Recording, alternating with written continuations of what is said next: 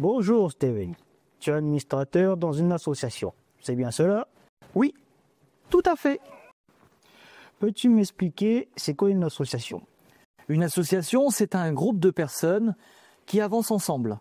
Le but n'est pas de gagner de l'argent. Dans une association, il y a des personnes qui travaillent gratuitement pour l'association. Ça s'appelle des bénévoles. L'association, elle a un projet, non? Oui, ça s'appelle un projet associatif. C'est un document écrit par l'association. Il explique les projets, les actions pour améliorer la vie des personnes accompagnées. Tu peux le lire ou demander à quelqu'un de le lire avec toi. Et comment ça fonctionne une association? Tout est écrit dans les statuts. Les statuts, c'est comme la loi de l'association. Il y a aussi un règlement intérieur. Qui fait partie de l'association? Ce sont les adhérents. Pour être adhérent, on paye une cotisation chaque année. Les adhérents peuvent être des parents, des amis ou des personnes accompagnées. Et tous les adhérents ont le droit de voter et de participer, comme à l'Assemblée générale, par exemple. Qu'est-ce qu'une assemblée générale? C'est une grande réunion avec tous les adhérents. Elle a lieu au moins une fois par an, on y discute, on échange, et c'est souvent le moment de partage, le moment de partager un bon moment ensemble. Pendant l'Assemblée générale, on vote pour élire un conseil d'administration. On dit si on est d'accord avec aussi deux documents. Le rapport moral qui explique les projets et le rapport financier qui explique comment l'argent est utilisé. Et le conseil d'administration, c'est quoi?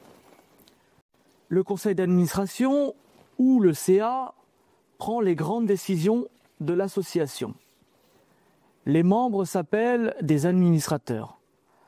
Le CA vérifie que l'association défend bien les droits des personnes qu'elle a bien gérées, que l'argent est utilisé pour de bonnes raisons.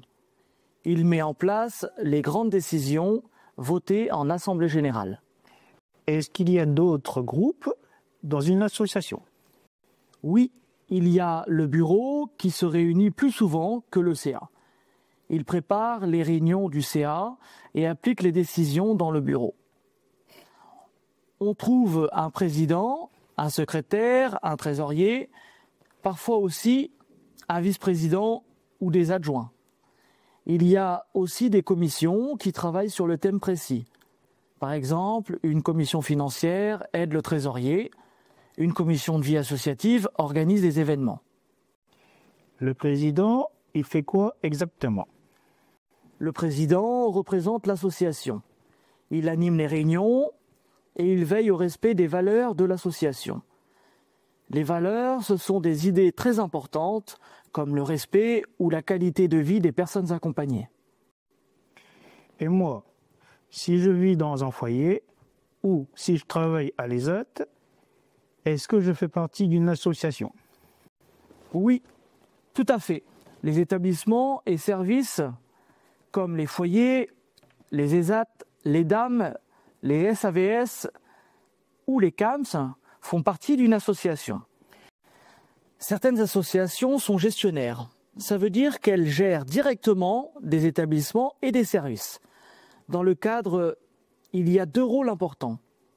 Le président, il prend les grandes décisions avec le conseil d'administration. Le directeur général, il met en place les décisions, il s'occupe des salariés et du bon fonctionnement des services. Et toi, Steven, tu es administrateur, qu'est-ce que ça veut dire? Être administrateur, c'est avoir des responsabilités.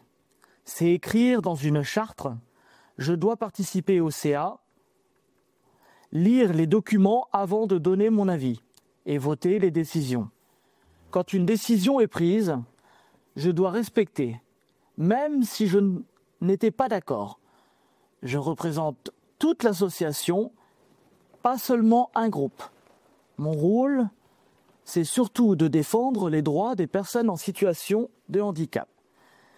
Si je suis administrateur de mon association, je dois m'intéresser à toutes les activités de l'association, même si cela ne me concerne pas. Je vérifie que les décisions prises au conseil d'administration respectent bien les besoins et les choix des personnes en situation de handicap et des familles. Et si tu as besoin d'aide? J'ai le droit d'avoir une ou deux personnes référentes qui m'aident dans mon rôle. Je peux poser des questions avant, pendant et après les réunions. Je peux aussi demander des formations, par exemple comprendre les budgets. Est-ce que tu peux aussi parler de ton rôle à l'extérieur? Oui, je peux représenter mon association à l'extérieur et expliquer ce que je fais en tant qu'administrateur. Merci Steven, c'est beaucoup plus clair maintenant.